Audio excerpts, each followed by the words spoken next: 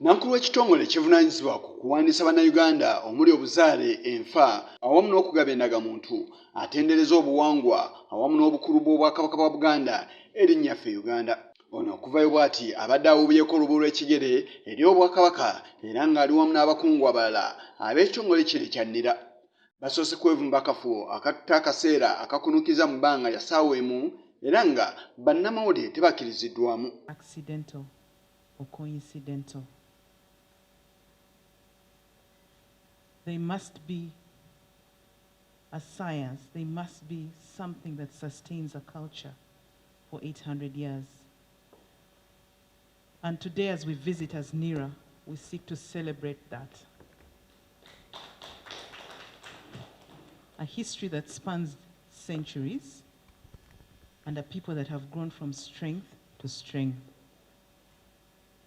The gateway to the Pearl of Africa. Rosemary Tsembo, nankulu w'ekitongole kya Nira, nga obumu ku buvunaanyizibwa bw'ekitongole kyakulira okuwandiisa bannansi, asabye Obwakabaka okwaniriza enteekateeka ey'okwandiisa bannansi awamu n'okuzza obuggya endagamuntu zaabwe, era asabye Katikkiro amutangaaze aweetaagibwa okutereezaamu bakikoleko. Mu buufu bwe bumu yeetonze olw'ebyo ebitatuukidde mu nteekateeka eno okuba yatandikibwawo. Riding on your strengths of communication, we ask that you carry this message on your wings.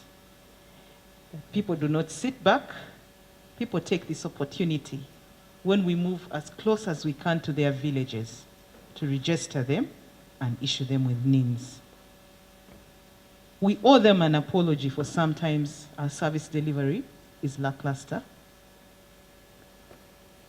But it's been occasioned by technologies that we use that are 10 years old today. So in essence, it's not an excuse, but it's one of the underlying challenges. But more importantly, we ask that as we come nearer to the people in the next 1 and 2 years, they take the opportunity of proximity to register. Minisita w'ebyamawulire mu Bwakabaka bwa Buganda Oweekitiibwa Noah Kiyimba asiimye enteekateeka eno awamu n'ekitongole kyonna okutwaliza awamu era n'asuubiza okukolaganira awamu n'ab'ekitongole kino.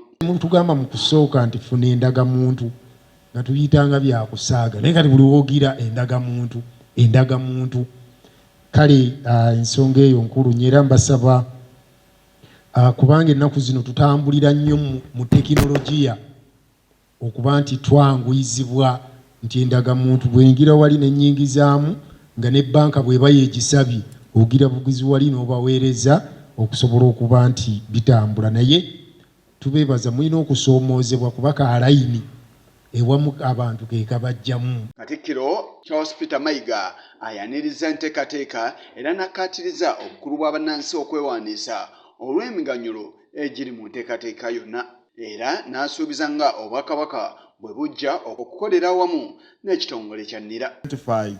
The areas where service delivery is lacking in our humble way, but it works. So registration is compilation of statistics, which of course the government needs for effective planning. And other things, even security issues. It's also important that, why are you hiding yourself if you're not a criminal? You have your ID. What's the problem with that? Your name is Rosemary. Why don't you want people to know that? Unless you've got a propensity for committing crimes. Mu mbeera y'emu abawadde amagezi okwongera amaanyi mu kubunyisa amawulire n'obubaka obukwata ku nteekateeka eno ey'okwewandiisa. Naye era bonna bw'ogenda okugulawo akawunti mu kittavu bagamba tuwe endagamuntu.